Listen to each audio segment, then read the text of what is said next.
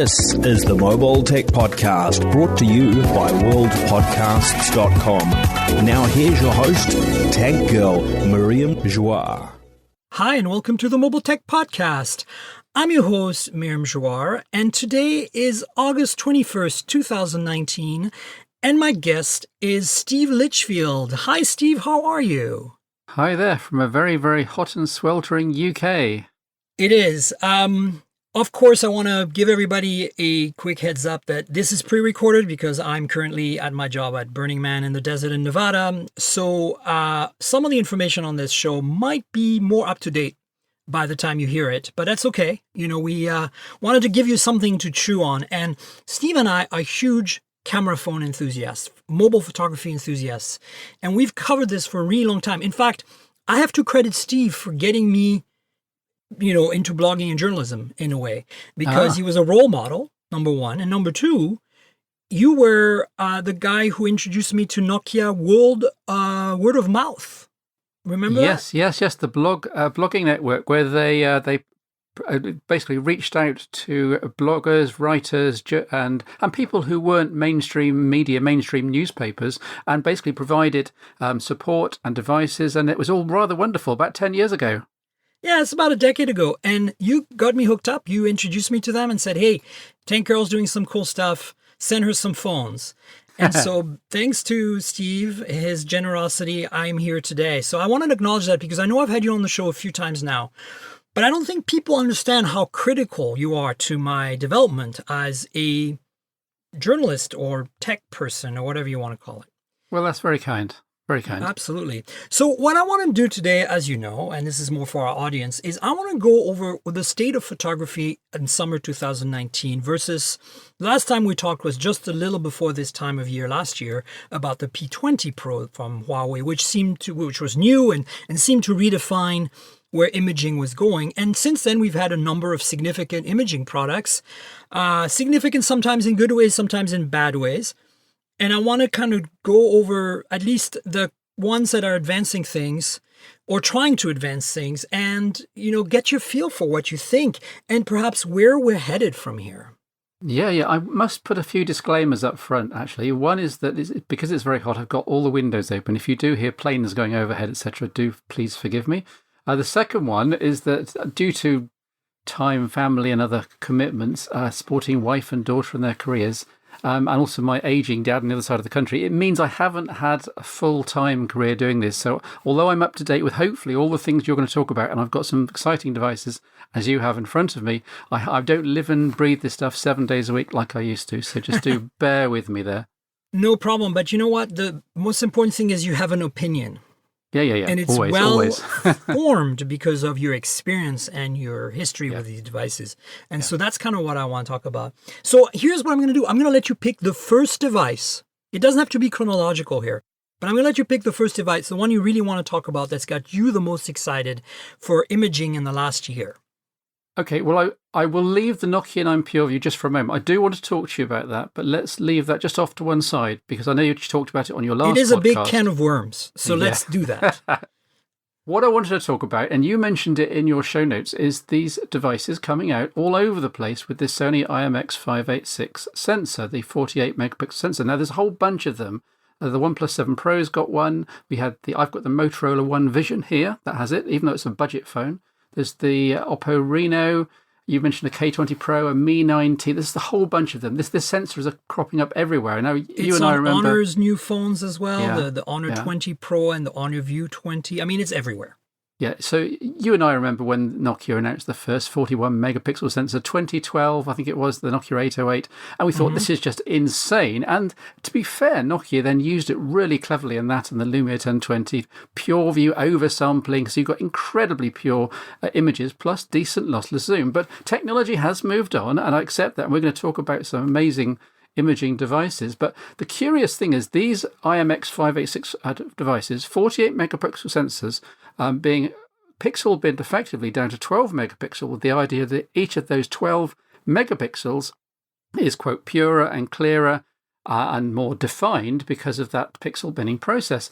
However, the question I have for you is that does Sony supply this unit, this sensor, as a complete cube with the optics as a unit? Or are they literally just providing the sensors? Because what I'm seeing on all of these devices, across the board, anything with this sensor, it's okay. It's better than what we had before, but it does not challenge the flagship, does not challenge the best imaging devices in the world by a long margin. I would agree with you. I think they do provide the sensor only because there are so many different optical apertures available on various phones on this. I've seen everything from f1.5 to 1.8 on the sensor. Yeah, and I've seen some with OIS and I've seen some without OIS. Further, there is a variant of the IMX586 called the IMX582. And it's on paper almost identical. The only spec that's different is it cannot record 4K video at 60 frames per second. It tops off at 30. But the 586 does 60 frames per second 4K video. So that seems to be more of an ISP thing to me, but maybe it's a bandwidth to the sensor in terms of data transfer and, memory addressing or whatever. And it's a little cheaper because you tend to find the 582 on phones like the Mi 9T, which is a $350 phone. Whereas the 586 is on generally those slightly more pricey phones like the OnePlus 7 Pro. I mean, relatively speaking, there are some phones in the $450, $500 range that have the 586, like the Asus Zenfone 6, like the Nubia Red Magic 3. So it is everywhere. But you're right. It's just the sensor, and the algorithms, as you know, is what makes all the difference, right? Yeah. And what the point I wanted to make is that this Sony IMX586 sensor is not a be-all and end-all. This will make even budget phones have great cameras, because it just doesn't work like that. Something I mentioned on the last time I was on, maybe the time before, is that the whole imaging chain, from the accuracy of focusing to the aperture used to the quality of the optics, which is a big factor I think is often underestimated, to the use of OIS, to the sensor, to the particular Bayer filter alternative used, as in the recent P30 Pro, multiple exposures, how they're managed, image processing to tweak white balance, reduce noise, sharpen details, and then how you save the JPEG with the manufacturer set quality setting. And they've all, across the board, got to be top-notch to produce great output. Even one missing link, and the result can be rubbish. And I suspect that a couple of links are broken in many of these phones. Just because it's got this 48 megapixel sensor does not mean automatically you get absolute flagship imaging performance. And I think that's a very good point, and I'm glad you're making it. I wanted to talk about that, but I also want to talk about the fact that at the same time, this sensor does two things. It does up the bar, generally speaking. I think it makes it easier for manufacturers to make sensors that work better in low light because of the pixel binning. And I think in general, I'm seeing overall decent to good results with this sensor, regardless of software implementation. I'm never seeing rubbish results. And even on phones that don't have an ISP with the processing, not power, but the algorithmic experience running on those ISPs. For example, the Nubia phones, I really doubt that ZTE, the parent company of Nubia, knows how to make a Cameraphone to save their lives. And so they're probably running whatever default stack there is from Sony for that sensor. And even then, even at an f/1.8 without OIS, that sensor takes extremely pleasant photos in every condition, compared to, say, a dumb 12 megapixel sensor you typically find in a phone like that. Yeah, absolutely. So this sensor is raising the bar at the bottom end. I completely agree. However, my contention is that it gets us to a certain point, but beyond that, you've got to look for more magic. And that's where we go to the Nokia 9s, maybe, the P30 Pros, the Pixel 3, Pixel 4, that kind of, which is, I think, is in a different league. Oh, absolutely. I agree with you. But there's a potential, like OnePlus, for example, that has become very good at imaging. I think the OnePlus 7 and 7 Pro are surprisingly good. I would rate them, especially now that they've had several software updates, on par with a Galaxy S10 in terms of imaging performance. But did you see the crops I shared with you earlier via Dropbox, for example? I did not have a chance to look at them, no. What I was doing was I was taking reference photographs with my old Lumia 950. It's an old phone now, but it's got a classic good, camera. Solid reference. It is, absolutely. And the Lumia software doesn't over-sharpen and over-enhance things. So it produces good natural photographs. And I took the same photographs in some in good light and some in middling light, with that and the OnePlus 7 Pro. And when you look down at the pixel level, the OnePlus 7 Pro is very disappointing. Is it? Yeah, If I look at the photos coming out of the OnePlus 7 Pro versus what the Galaxy S10 produces, and without pixel peeping, just looking overall on a computer screen, I feel that there's so little difference that I don't understand why you'd pay more for the Galaxy S10. Yeah, yeah. And I mean, it's not just about the camera, right? There's all the other stuff about the OnePlus 7 Pro. You know, there are some things that are good, something that are bad, lack of headphone jack, lack of wireless charging, but then you got, I think, 90 hertz display, that fluidity of the UI, the speed of the software. I mean, it's really, we're not talking about that today. We're just talking about imaging. I agree with you when you start pixel peeping that very few phones come close to some of our classics, the ones that we consider to be references, even today. However, when you look at how fast they focus, how fast they take a photo, right? Yeah. That's what people want. People, ultimately, I like to be creative in my camera, and this is, this probably will take us to the P30 very soon because I think it's the most creative camera phone available today, the Pro.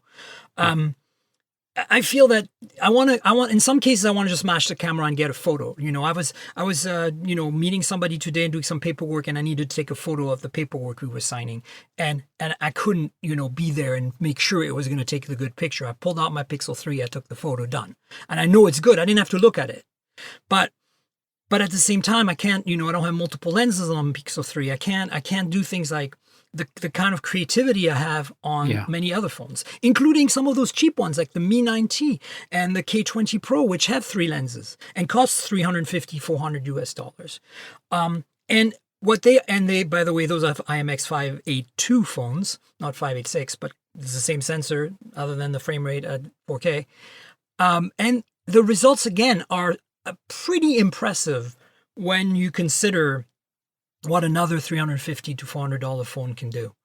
And the versatility of having those 3 lenses. So I'm with you 100%. I feel that if you start comparing, there was a time when, I would go as far back as like the N95 even. Like I've taken photos of the N95 that today feel better to me than, and I think maybe it's the low resolution, the 5 megapixel, the noise, the natural noise in the shot. It just feels like grain. It feels like film. You know what I'm saying? Yeah, I'd even go back another generation to the Nokia N93. I don't know whether you had the N93 over in America, but the one with the crazy swiveling camcorder form factor. We did have it briefly, and I do have a unit somewhere. Yeah, but that had really high image quality for its 3 megapixel output. Now, 3 megapixels sounds appalling in 2019, but they took great photographs. And it was a genuine telescopic 3-time zoom that you could crank in and out. And it's not just, going from 1 times to 3 times with a tap. It was, you could wind it in and out, and that's why it had this huge barrel. But we digress. We digress. The reality is that let's maybe talk about what you feel pixel peeping is the best and the closest to, or even surpasses what your references are, like the Lumia 1020 and the PureView 808 and the 950 Nokia, the Lumia 950. Which you consider today to be your reference, the 950, right? Yes, the 950, although the 1020, every time I take it out, I take some cracking photographs. And not just, take every phone these days takes what looks like a cracking photograph on the phone screen and on your computer display. But the point about pixel peeping is partly to see what's going on down at the physics level, in terms of the image processing and what the sensor's producing. Partly it's so that in a real world situation, you can take a 12 megapixel photograph later on and think, well, I don't like that particular person. He wasn't smiling. And I've got this other photo person who I hardly ever see. I'm going to crop in on them and produce a really nice portrait. And you can do that if you've got enough purity, if you've got enough genuine detail down at the pixel level. You can crop that 12 megapixel image down to 3 megapixel and you get a really good photograph. And that's what I love. My benchmark still is probably the 1020 and the 950, and just because Nokia did imaging right. Having said that, the focusing is so slow on some of these devices, and I completely understand about flexibility. If I want to take photographs today, I go usually to my Samsung Galaxy S9 Plus or to the Huawei P30 Pro or to my Pixel 3 XL, all Android phones, and the Pixel probably gets closest on a one-to-one level.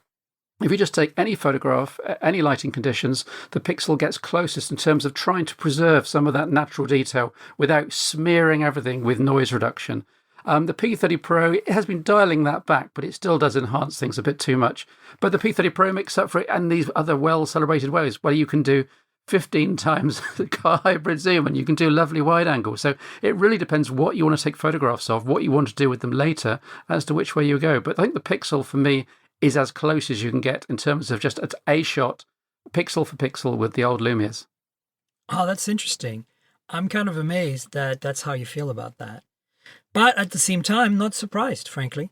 It's down to the oversampling. If you think about it, the PureView, the old Nokia ones, they did PureView oversampling in the physical realm. They took a large sensor and then combined groups of 5 or 6 pixels across the sensor down to 1. Now, the Google Pixel, Google camera, which has been much ported to many other devices, but for this very reason, they do PureView exactly the same, PureView oversampling, but in the time domain. So rather than take a physical sensor, they take, as you know, up to 10 exposures of the same scene, and then they combine them in software in the time domain down to 1 photograph. So the Pixel is really doing very similar things to what the old classic Nokia Lumias used to do, except that it's doing it in a different domain. Does that make sense? Yeah, absolutely. It does make sense. And that's why it's so pure. And honestly feel the same about you about it. To me, it is, I hate to say this, but if I had to pick a single camera today, it would be my Pixel 3 XL or Pixel 3 or even maybe a Pixel 3a. And I'm saying I hate to say this because, not because I hate these phones, that they're fine. It's just that I have so much more control, versatility, and creative juices flowing when I use my P30 Pro or my Mate 20 Pro prior to that, or my P20 Pro prior to that. I really feel that Huawei is kind of like the winner in terms of flexibility and what I can do when I apply myself. Yeah. You know? Yeah, agreed. And of course, I've said this on several other podcasts, but Iril Selmerlin, one of the co-creators of that Nokia PureView system, he is the head of imaging at Huawei, has been for several years. And so basically, in many ways, the P30 Pro is what those Lumias might have become if they were developed year on year on year. And yes, the P30 Pro is amazingly flexible. And some of the zoom shots I've taken, I did one I posted on social media of an aircraft coming into land. I'm about 5 or 10 miles away from Heathrow Airport in the UK, and it was coming in. It was probably about 1,000 feet, and I took a wide shot to show where it was in the sky, i.e. a dot, basically, and then I took I think it was a 30-something times zoom shot, and it was, maybe it was my still steady hands, but it came out beautifully. You could see the markings, which airline, the glinting of the sun on the wings. And this was when it was basically almost a dot in the sky. It's just unbelievable. If you get things right with the P30 Pro, you can do things that you can't do with any other camera phone on the market, including my classic Lumias. This P30 Pro is effectively what they became in 2019. You know, it's remarkable. I cannot explain to you, the audience, the listeners here, how mind-blowing and life-changing it is to use this phone for photography. At the same time, you could probably relate better as an audience to the Pixel 3, because I know many more of you have Pixel 2s and Pixel 3s than Huawei phones, even the older Huawei phones that are pretty damn great still today, like the P20 Pro and the Mate 20 Pro. Yeah. But you know how great the Pixel is, and I don't want to take that away from you. If you have one, continue to enjoy yourself with it. But the lack of manual controls in the camera app from Google are pain point for me. And once you have lived with, I would argue that the tele is nice, but I don't need it. What I really want is the ultra wide, and some phones like the LG phones only have the ultra wide, and if you're going to have 2 lenses, have an ultra wide and a normal wide, and then but with 3 lenses with a telephoto on top of that, that's so incredible what you can do. And I'm a little torn with the P30 Pro versus the Mate 20 Pro and the P20 Pro. That I'm not sure I want this much optical zoom by default. It's 5 times, right? 5 times, yeah, on the P30 Pro. And it used to be 3 times, and so. Yeah. Sometimes I feel like going back to honestly, the Mate 20 Pro, I have probably the biggest and best collection of photos that I'm happy with of any of my Huawei phones come from the Mate 20 Pro. I think it's because I spent more time with it than the others. But the P20 Pro, I felt was better at low light, than the Mate 20 Pro. But then the Mate 20 Pro had that incredible, adding the wide angle over the monochrome. Yeah. I'm sad I lost the monochrome, but that ultra wide was what made the Mate 20 Pro. And then the P30 Pro, I think, beats the Mate 20 Pro, but I'm not always sure that I want the tele to be a 5x. I sometimes want to downgrade to the P30, which has a 3x tele, simply for the tele being less. And it's hard to explain this to you, but there is that in-between area where between 2 times and 5 times zoom, you are not getting as good as a photo, honestly, to me, as the P30, which I think is superior, by the way, to the Mate 20 Pro or the Mate 20 Pro. A lot of people ask me, if I can't afford the P30 Pro, should I buy a Mate 20 Pro? And I'm like, well, if you're talking on imaging, I think you should buy a P30 because it's better overall to me than the Mate 20 Pro, simply because it has that weird, yellow sensor, right? Yeah. RYYB. Yeah. It's the green that's gone. Yeah. So it doesn't have OIS. It doesn't have as fast of a lens on the main lens, but it does give you the same 3x sensor and lens as the Mate 20 Pro. It gives you the same wide angle. And overall, the main sensor, I think, is slightly better. But anyway, I mean, you can't go wrong. I don't think you should go as back as the P20 Pro anymore, unless you really love that monochrome. But if you want the true versatility, I'd say Mate 20 Pro or P30. And then if you can afford it, P30 Pro. Yeah, I did. It's interesting you're talking about zoom levels there, because I did a whole article on this last week on AWP talking expressly about the fact, what do you do when you want to get crop in, zoom in on some feature, some person, but if you go to 5 times, which is the on-screen preset on the P30 Pro, you're too far zoomed in. You're basically looking at their nose hairs, and that's too far. So quite often in real-world situations, you actually want 2 times or 3 times zoom. And the P30 Pro doesn't do badly there, but a phone like the Galaxy S series or the other P series devices with the 3 times zoom, they will do a better job, and you can go straight to 3 times and get a better photograph. But I think for someone who gets the P30 Pro, they buy it because they want something incredibly flexible. They know what they're buying. They know the telephoto is 5 times, and they work within that limitation. So they either go to 5 times or they stay clear of 3 to 3.5, 4 times, because they know it'll be slightly artifacty. Yeah, absolutely. What is your take on things that Google could get better? If you had to spec the Pixel 4 and knowing what Google's doing today with the Pixel 3, what would you want? Well, I have seen some of the leaks, but I'm not sure I believe all of them. I'm still unsure as to whether the Pixel 4 will have 2 cameras or 3 cameras. I've seen everybody's unsure. Yeah. I think they will go down the telephoto route. I think they'll just put a 2 times in with all their software magic to make it utterly seamless. And given that the super high-res zoom, which is not brilliant, but it does an okay job, sort of up to 1.5 times, 2 times, given that that's already pretty good software, if you apply that to a genuine telephoto 2 times with OIS, then you can get genuinely good, lossless, usable zoom up to about 4 times. And if they make the regular lens just a tiny bit wider, then maybe they might even start to satisfy people who wanted a wide angle. But it depends how wide they go, doesn't it, in terms of their main lens? Exactly. And so my spec, so if they have 2 lenses, this is what I want.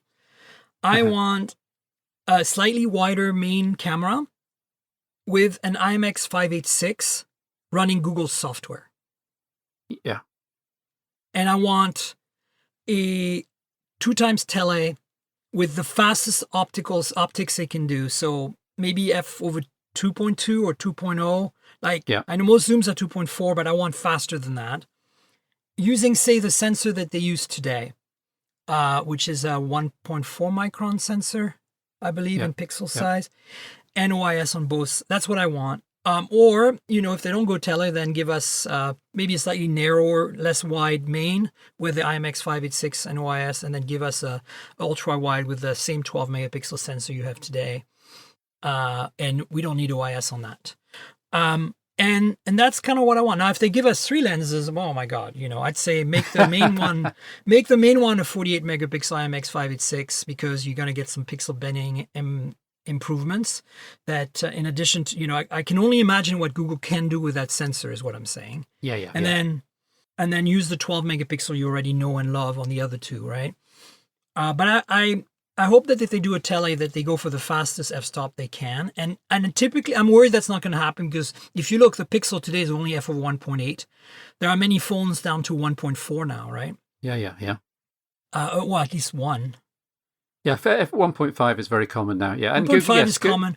Yeah, Google does seem to be just behind the cutting edge. Yeah. P30 Pro is what, 1.6 or 1.4? Can't Don't remember. know. I have to look. Yeah. See, we don't care anymore because it's a wash. When you have, I mean, I do care. I'm just saying, like, when you have sensors like that RYYB sensor that is really unique to the P30 series right now. Yeah. You start not worrying about low light anymore. What you start worrying about is color balance and color temperature, though, right? Have you noticed how they've had some struggles with that? Yes, it wasn't particularly good at the start, but my P30 Pro is now on the 178 firmware, and it's really very, very good with color balance. When you switch cameras, you can get some slightly jarring transitions in the viewfinder. But that's true of almost every single one of these now. You know, not just Huawei, but it was particularly pronounced in the early days of P30. Yeah, but that will get better, and that is just software. And I think what was started in 2012 with the PureView thing was the dawn of computational photography. And what we're seeing now is the fact that, yes, you need good hardware, but you also need great software, merging it all together and combining different cameras. For example, on the P30 Pro, this is something I think I chatted about with you maybe at the time by text or email. When they're zooming it, say, 4 times, why on earth don't they use some of the data from the telephoto for the center of the image and then fill in around it with data from the Pixel Bin 40 megapixel image? Why don't they combine the data from 2 sensors? I don't know. It could be an ISP limitation that will be fixed with more compute power thrown at it. Okay. I think that's what it is right now. I mean, you know, I think it's hard to combine partial data from multiple sensors. I think it's easier to combine, you know, like the chroma from one sensor with the luma from another and stuff like that, but it's harder when you start like cropping parts off and reassembling it. Then you have geometry issues and fit issues. It's difficult. I was trying to lead you in gently there to talking about multiple sensors and combining data into talking about the Nokia 9 PureView, if you'll accept that link. If you must talk about the Nokia PureView, then we shall. No, I'm being overly dramatic. Obviously for effect. I finally got one 2 weeks ago. And I don't want to talk about the phone as a phone because as a phone, it's fine. Yeah. The only thing that's a showstopper for me. And forget the PureView camera for a second. I'm assuming this is a normal flagship grade camera, like an IMX586 or some 12 megapixel sensor with that. I like it. Say it was like a Nokia 8.1 in terms of camera. Yeah. I would say do not buy that phone simply because the processor is 1 year old and because the fingerprint in-display sensor is the worst of any fingerprint in-display fingerprint sensor I've ever used, and I've used a lot of them, including some first gen one. I don't know what Nokia did here, but it's unusable. It's 1 out of 10 times it'll work, and at this point I'm not using it anymore. I'm typing in a code and using my face for unlock. Yes. So that's what you need to know about the phone. Other than that, the phone is fine. I have no issues with it. It's a little outdated in terms of specs, but it's fine. But the camera, oh my goodness, what a can of worms that camera is.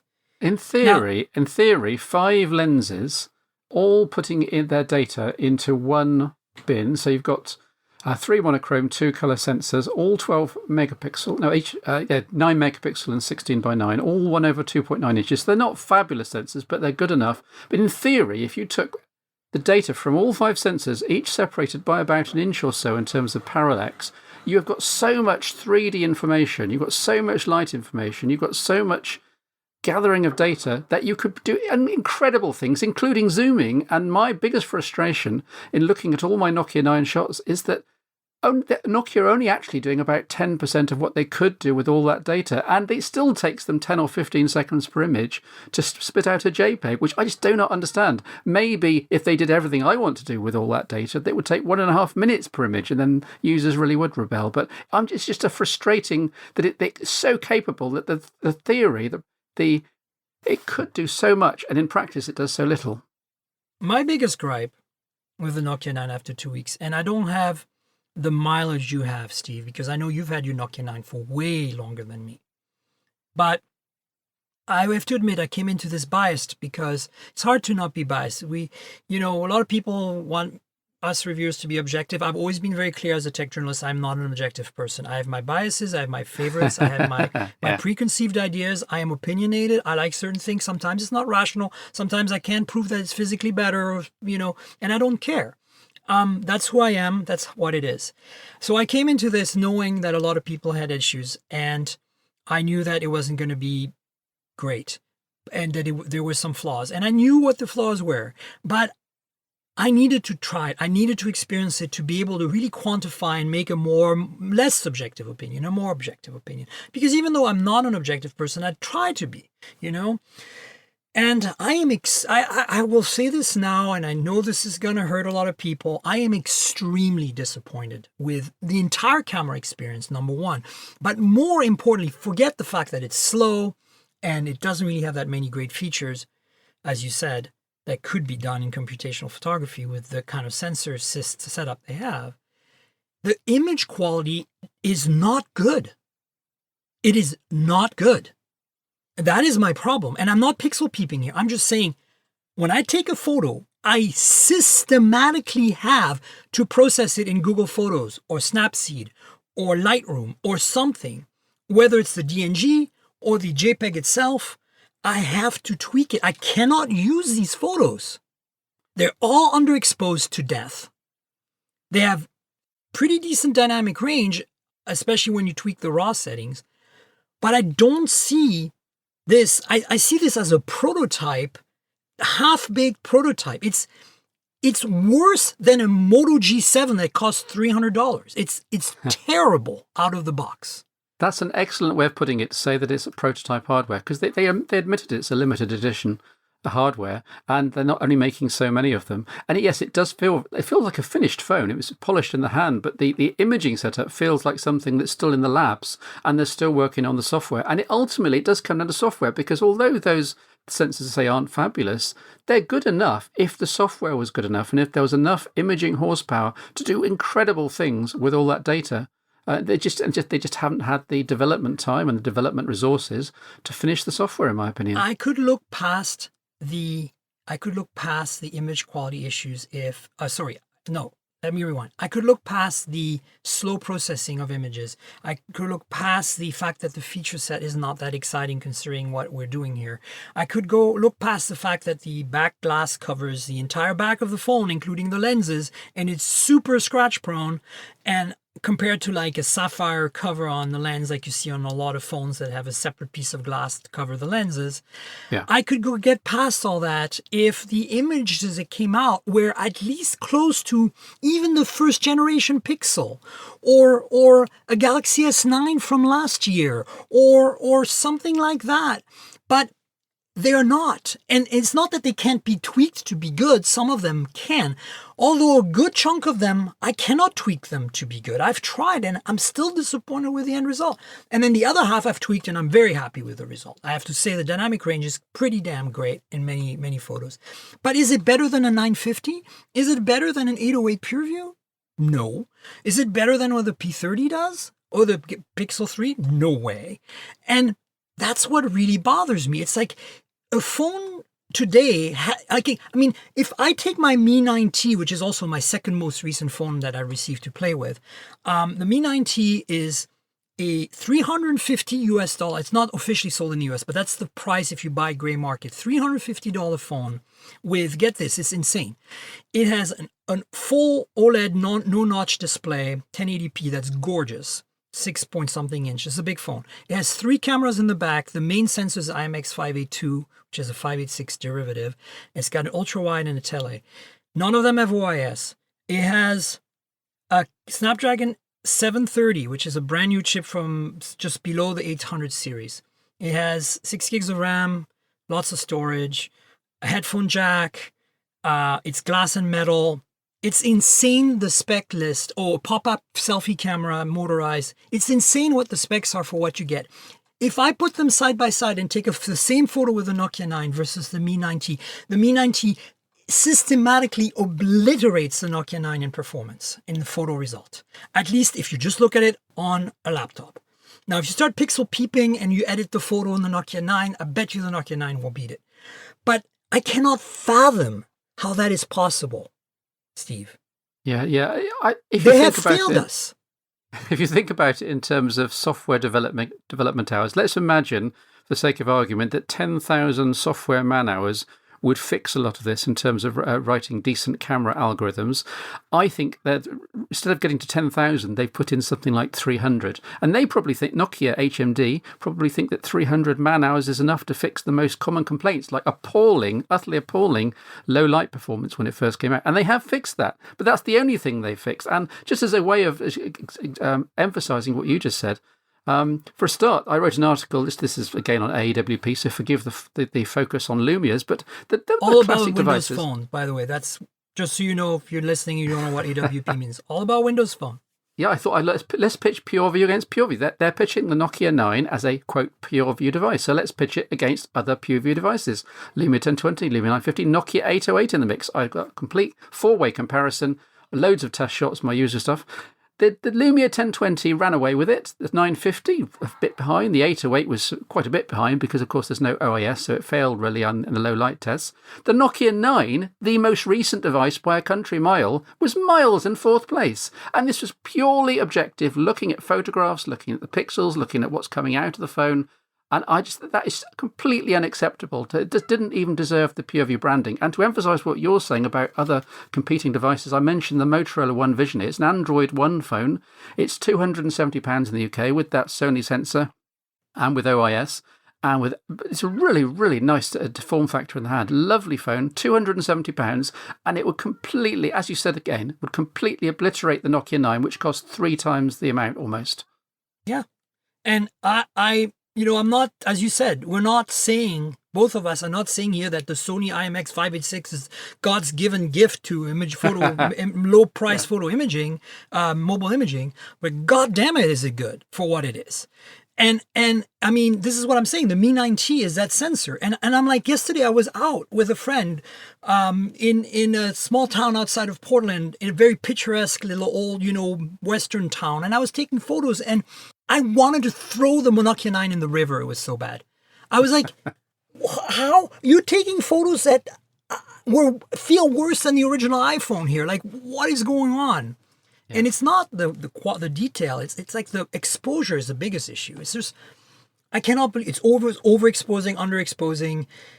I'm used to that with the DNG, with the RAW file, because you can tweak it. But when I see the final JPEG, that final JPEG should be close to what you get out of a modern flagship phone. Like, it should be, not perfect, but it should be like usable. You should be able to post it right away without having to go into Google Photos and spend 15 minutes racking your brain as to which slider should I move in which way. Because even though you're like me and you're experienced and you know how to develop a photo in Snapseed, you're still like, with a Nokia 9, I really don't know where to start half the time. I'm like, I try this and it doesn't work. And then it's such a nightmare. Like, with most phones, let's say an iPhone or a Galaxy S9 or P30 Pro, all the Pixel, all the usual contenders, what you get as a JPEG saved by their clever camera software is usually pretty darn good. And usually, for all of those aforementioned phones, if you do save as RAW, which I often do and try, you then take it across to your Mac or whatever, and you fiddle around with it.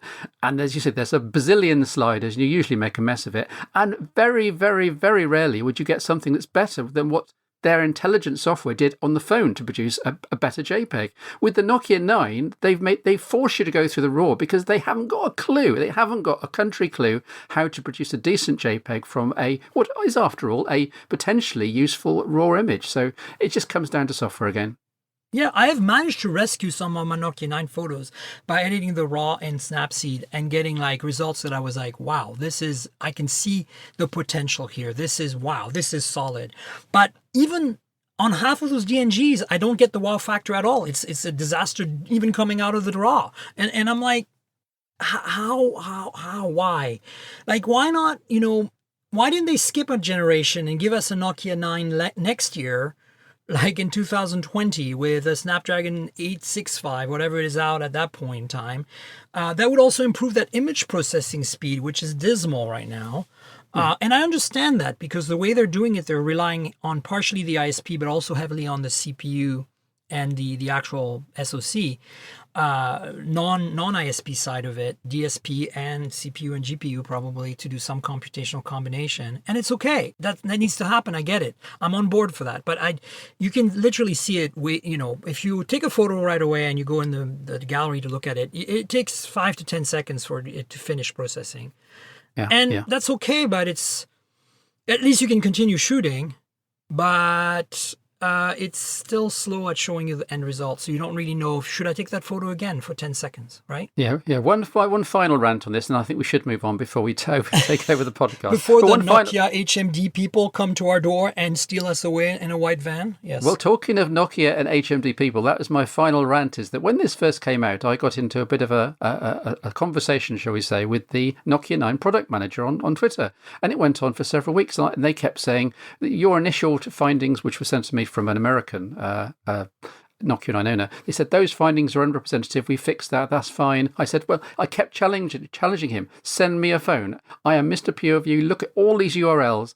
I've been testing PureView stuff and camera phones for decades. Almost literally decades now. Send me a phone.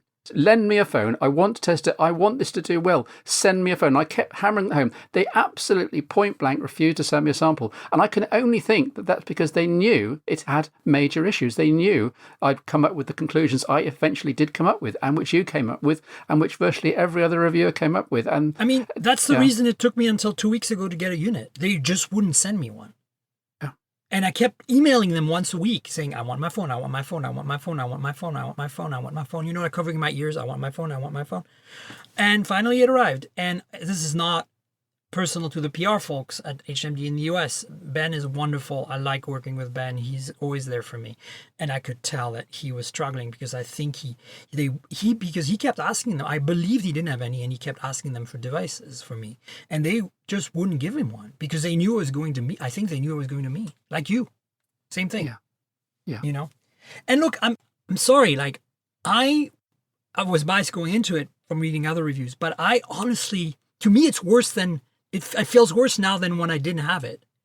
Like, because I thought it would feel better than when I didn't have it. I thought that, you know, a lot of the reviewers out there, they're mainstream reviewers. They're not imaging reviewers. And I figured they didn't get it, right? They didn't, like, it's like reviewing the P30 Pro. A lot of people are saying, yeah, well, you know, I still would prefer a Pixel 3 because it's faster and takes consistently good photos. And, you know, the P30 Pro is pretty consistent and fast too. But they forget all the creativity aspects of what you can do with a P30 Pro. And based on that, of course, the Nokia 9 will get knocked by some reviewers, you know? And that's what I thought it was. I thought there was some flaws there that were problematic, but I had no idea how bad it was. And I understand now why they didn't want to send me one. Because when they hear this podcast, they're going to be told you. Yeah. Yeah. I think we should move on. What else should we talk about? What do you think is going to be... Okay, let's talk about the Galaxies a little bit and the iPhones a little bit. I don't have the XS and XS Max. I have a 10 that I bought years ago when it came out because I felt it was a significant step forward for Apple.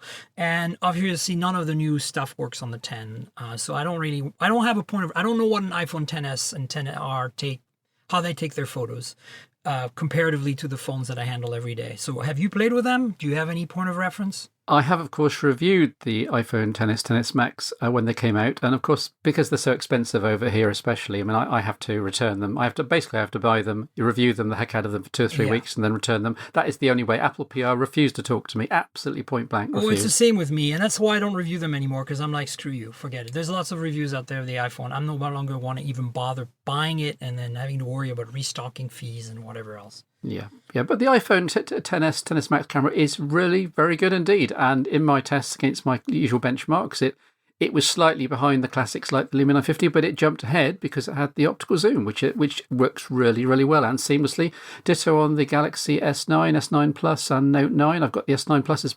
The Galaxy S9 Plus has now been my main smartphone on and off for, is it 13, 14 months, which is insane for a phone reviewer. And it's just a phone that does absolutely everything. And the camera isn't the absolute best in the world, but it's darn good. And it's also very reliable, a bit like the Pixel. You can point the S9 Plus, the stroke, a Note 9 camera at almost anything, and you'll get a very good photograph. It's slightly sharpened. There are a few too many artifacts, but it's darn usable. And I've got the P30 Pro and the Pixel 3 XL for playing with Android Q and imaging flexibility. So I'm kind of cheating, as you are, by having 3 or 4 phones on the go. But you can't really say anything bad about the iPhone XS cameras or the Galaxy S series and S10 cameras. Have you played with the actual S10 or S10e or S10 Plus? Yeah, I reviewed all 3 in various How do you find times. that compared to the S9? The camera, I thought the results were actually worse in some ways. I thought the camera modules, I think, are slightly thinner, and as a result, there is more software work done in software to try and sharpen stuff. So I don't know whether that jibes in what you've got, but I found the results I got on the S10 in some aspects had more artifacts and more artificialness, if I may put it that way, than the S9 range. I think for me, my seat time with the S9 and the S10 has been 2-3 months each. And the S9, I haven't put them side by side to compare them. The S9, I have one in a drawer somewhere. I haven't fired it up in probably like 6 months. So I don't know how they compare, but I'm very happy with the S10. The only phone I have is the S10 Plus, and I'm very happy with the results and the flexibility of the 3 lenses and all that good stuff. And yeah, I mean, I have no complaints. The thing about the Galaxy S series as phones today, and expanding things back to not just the imaging, but looking at the whole, these are phones you cannot go wrong with. They are expensive, but honestly, everything is solid on the Galaxies today, especially those that have the headphone jack still.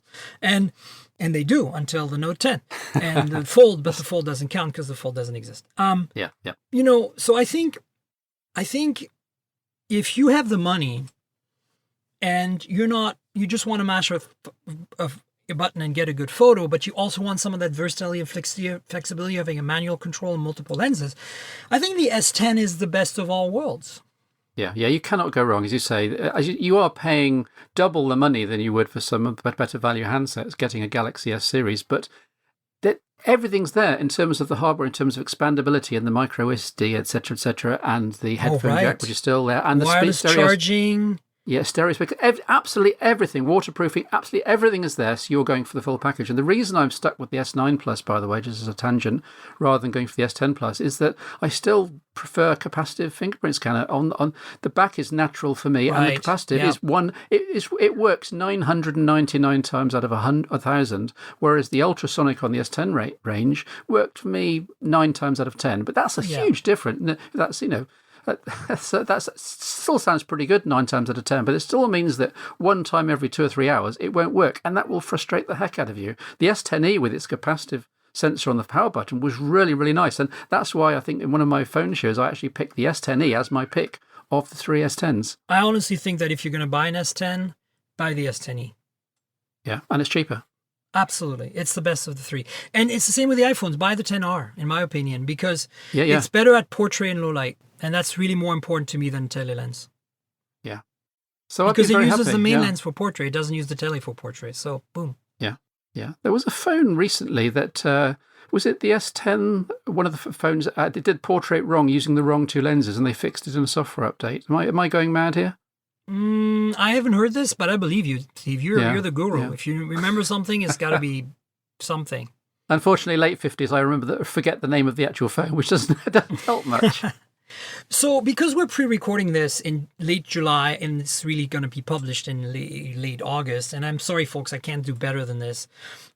We don't know too much about the Note 10 camera, other than all the rumors. I will be, by the time you listen to this, I will have been to the event and know everything about the Note 10 and even have one in my hands probably.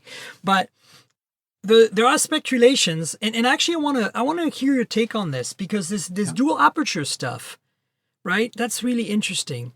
And now we're talking about potentially a triple aperture. And I want to go back to that Nokia N86. Yeah. That had a double aperture lens, right? Yeah, 2009. Let's talk about that. So 10 years ago, yeah. Yeah, so let's talk about the fact that computational photography, like we see in the Nokia 9, it's a little flawed there, but it could be good. It's not because computational photography is bad, since the Pixel 3 and the P30 do it as well, and they do it very well. What is your take on physical hardware and how it's evolved? I'm amazed to me that the Z depth, the thickness of phones is so small now, and yet we've managed to get incredibly good imaging out of our phones. That's one thing that I think is radically different than it was 10 years ago. But the other thing is OIS being on almost everything. The other Yeah. thing is much faster autofocus, multi ways of autofocusing. Phase detect, contrast, laser, dual pixel. Yeah. It's and combination and depth sensors like actual time of flight sensors and combination of all that. And then of course we're seeing the multi aperture on Samsung, but that's again rehashing something that existed before. Yes, I mean, variable aperture, it's always slightly confused me. The principle, obviously, is that if you're shooting a photograph in sunlight, you don't need a crazy, fast, large aperture because you've got plenty of light coming in. So you can get better depth of field, i.e. a larger depth of field, and more stuff can be in focus by stopping the lens down. And the idea on the S9 and the S9 Plus and Note 9 was that you have to gain two apertures, and it switches between the two according to the light levels. This rumour about the Note 10 says a 3-stage variable aperture, so I'm assuming one stop in between the two existing stops on the S9 and S10. I'm not convinced people will actually see the results of that, but hey, it's one more thing to put on the bullet points. And yes, in theory, the software's got can optimize everything around the light level slightly better, but it's just a nice thing, nice to have, I think. I think it's cool because when I tested an S9, when that feature first became available, because the S10 also has the dual aperture, but the S9 had it first, and when I had an S9 Plus and I tested it, and what I found really great, Steve, is I could go into manual mode and select which aperture I wanted, and basically in good light, I could select my depth of field. Yeah, right? yeah. And so with 3 settings now, you have 3 depths of fields. And here's the trick on the Galaxy S9 or S10. If you're taking photos like portraits of people in good light, like outdoors on a sunny day or even a slightly overcast day outdoors, where there's lot of nice ambient light, I would recommend instead of using the portrait mode or the whatever it's called, they have a different name for it. Live focus. Yeah. Instead of doing that mode, go into manual control and set the aperture to f/1.whatever 1.5 is the fast 1.5, one. yeah. And you'll get incredible natural bokeh taking portraits with the S9 and the S10. They look so good. They look way better than the portrait mode. I highly recommend you try that. Leave everything else on auto. Just manually change the aperture to 1.5 because that's not going to be the default in good light if you shoot in auto mode. And do a portrait, and you will thank me. It is gorgeous. So that's my tip of the day. I think that's a great tip if your subject is about a metre away, I think I'd say. If your subject's about 2 metres away, which is quite a common demonstration of the portrait and live focus effect, then you will need software help. Yeah, just going down to 1.5 aperture won't actually produce enough bokeh, enough shallow depth of field. But yeah, for someone about a metre away, absolutely try doing it optically rather than in software. Like a tight crop on somebody's face is what I'm thinking here. Yeah, okay. Yeah. Not even the bust, just like the neck and and it's just amazing. Like you just really, not have any of those weird aberrations and things you have to worry about that the computational stuff might miss. And it just looks so much more natural. So, again, this is a combination of two things. The fact that you can manually set the aperture, but the fact that the fastest aperture is also a very shallow depth of field for 1.5. If you, it'd be cool if they went down to 1.2, I think. I would love to see that, but we'll see. I mean, look, I'm looking forward to the Note 10 and what it brings to the table. I don't think it's going to revolutionize anything. I just hope they make a better telesensor because the telesensor on the S9 and the S9 Plus and the S10 and 10 Plus, not the 10e because it's got the ultra wide, are a little crappy. Those sensors, they're a little deficient. This is a sensor that's really old. I think they use a sensor that they've been around since was it the Note 8? I think. Yeah. But don't forget, these are, as you said, still quite thin camera units, and telephoto above all lens types. The laws of physics dictate that unless you go to a periscope system like on the P30 Pro, you are really quite limited in how large that sensor can be and how good it can be. I think the future probably is periscope zoom, and I'd love to see a periscope variable zoom. I think we saw a phone that did that about 2 or 3 years ago. It was the Zenfone Zoom. Yeah, and I'd love to see that concept refined with better optics, better sensor, better ISP, better software, and that could be the be all and end all. It could be the prize imaging phone in theory. Have you ever explored how they're doing the OIS on the P30 Pro periscope fixed distance periscope zoom? It's amazing. They're not actually moving the lens or the sensor. They're moving the mirrors inside. Absolutely. Yeah, they jiggle the prism around. Yeah, the prism. That's right. It's like, wow, I love it. Yeah, It's so so clever. high tech. Yeah. So where do you think we're going from here? I mean, obviously, computational photography has a long way to go. We're seeing additional optical features like triple aperture on the Note 10, which hopefully is true. We don't know. That's still a rumor at the time we're recording this. But what would you like to see? What do you think is missing? What could be done both in terms of like computationally and optically that you think would add more option and creativity to us, and that who do you think is going to do that first? I think Huawei is probably going to get there first wherever we go because of Mr. Selmerlin and some of his heritage, and also the Huawei's imaging budget, which seems to be almost infinite, and which is producing good results. But every time I come on this show, And Miriam, Leica, their partnership with Leica, helps too. absolutely, for the optics. But once a year I come on, and every year I say, let's add another camera, and you say, Steve, it'll happen, and it happens. So I guess the logical progression is that I think we will see phones with 4 cameras, whether one's a time of flight, whether the fourth camera might be an extra monochrome lens. But there will be so much imaging horsepower and such sophisticated software that weird transitions, white balance differences, everything will be smoothed out in a beautifully simple camera UI, and you don't have to think about it. You just frame what you want, any light conditions, any subject, and the software and the lenses take over. If one of those lenses could have a prism and a periscope zoom as well, that's even better. I keep saying and I keep thinking we've plateaued in terms of smartphone imaging. I've been saying that since 2006, which is rather sad. So I've been wrong 13 times. But every single year, the companies managed to pull something out. And if you look at the specifications of some of the imaging units, back in the day, we'd list phone specifications, and under imaging it would say 5 megapixel camera. That would be it. You now have to allocate half a page of A4 for the breakdown of all the different specifications and bullet points for each camera lens for multiple lenses. So we've come such a long way, and I think I'm privileged, and you are as well, to live in such an exciting era for phone imaging. Absolutely. For me, I think what I want to see is let's throw more processing power and oomph at this stuff. I really hope that Google does the multi-lens thing right and brings some innovation alongside it. I hope that Apple surprises us with something that in maybe not the iPhone 11, but the next one that ups the game again. I mean, they were the first to do portrait really well, and I think their portrait lighting, even though I don't use it, I think is very cool. I'm not a super huge fan because I don't really take portraits that much, but I've seen the results and I have to say, wow, But there's so much more we can do when you look at that PureView, the Nokia 9, the multi-lens stuff. Using parallax and whatever, refocusing after the fact, different angles, multi-angle of the same shot, things like that. I want to see more partial combination of imaging between lenses. So I want a phone that when I take a photo, all 4, whatever lenses fire at the same time. It stores all that data, gives that access to you to each photo.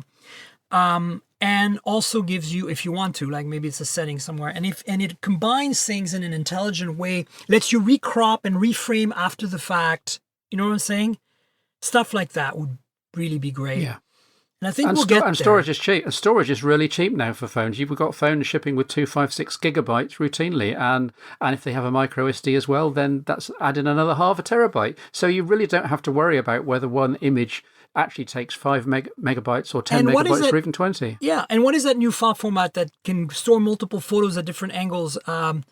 It's already implemented on the iPhones and on, I think, the Google phones, or what's it called? It starts with an H. HEVC? HEVC. I don't know. That's the video. That's the video. It's the imaging equivalent of that, I think. The equivalent of, yeah.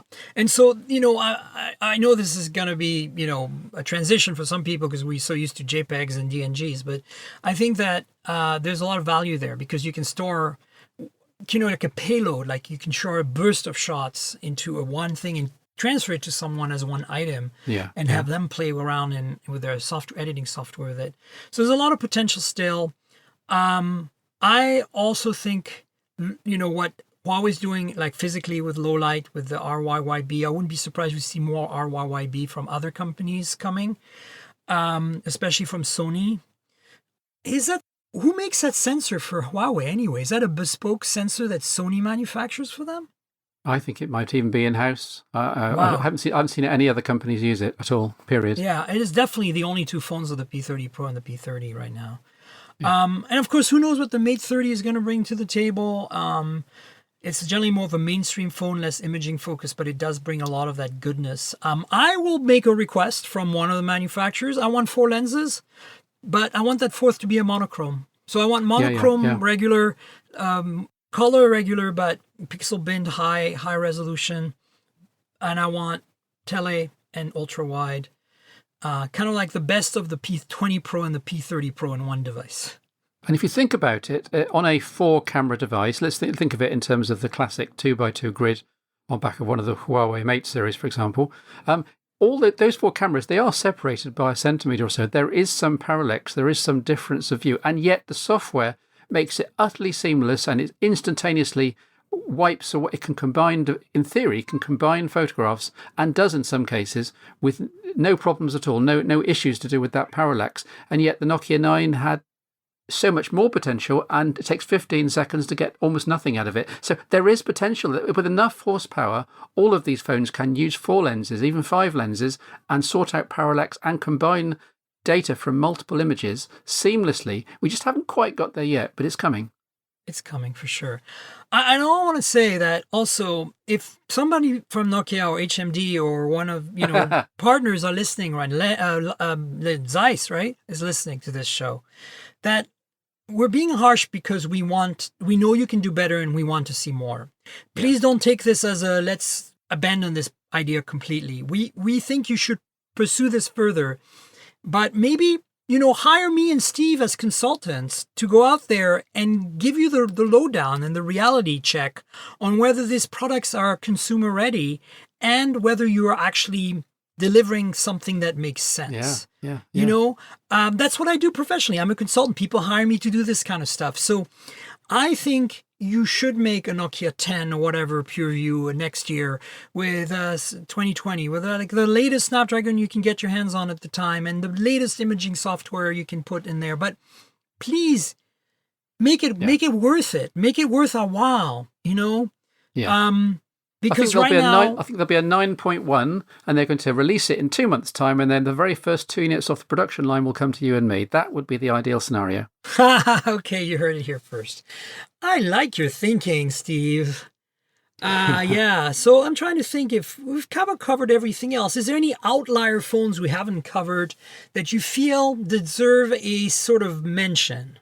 Well, there was the Oppo Reno, which I haven't had hands on. Neither have I. They keep promising a review unit, and it keeps failing to arrive. But I'm really looking forward to trying that out. It's very typical of Oppo PR. Our good friend Alex has a hard time delivering our review units, but we love him anyway. I know the intentions there. From everything I've talked to with people who have tried the Reno 10X Zoom, it's a little below the P30 Pro ultimately in execution. But that doesn't mean it's bad. And that doesn't mean that it shouldn't, they shouldn't continue refining the idea. So again, they're the only other one with a periscope lens right now other than the P30 Pro from Huawei. And good news. I mean, this is good to see another company develop their own. I have a Sony Xperia 1 that I just received, and I wish I could tell you more about the imaging experience, but I still have to set it up. So stay tuned for that. Obviously, this is the first Sony phone with OIS on their own sensor, which, as you know, they've refused to put OIS on any of their own phones prior to this for whatever reason, never understood. But there it is. Finally, we have an Xperia phone with OIS. Well, yeah. Given the track record of Sony over the last 5 years, though, I'm not holding my breath for stellar results. But I we shall have see. not. I've heard mixed results, and I will let you know once I actually try it out and use it a little bit. So stay tuned for a show about that. That might actually maybe air before you even hear this show. But hey, that's the nature of the beast. But anyway, look, I think we've covered imaging for 2019, at least from summer 2018 to 2019, quite well. And I think we should wrap it up. I want you to tell the audience where they can find you on the internet, your social media handles, where you contribute. I know you write for some Android sites as well, right?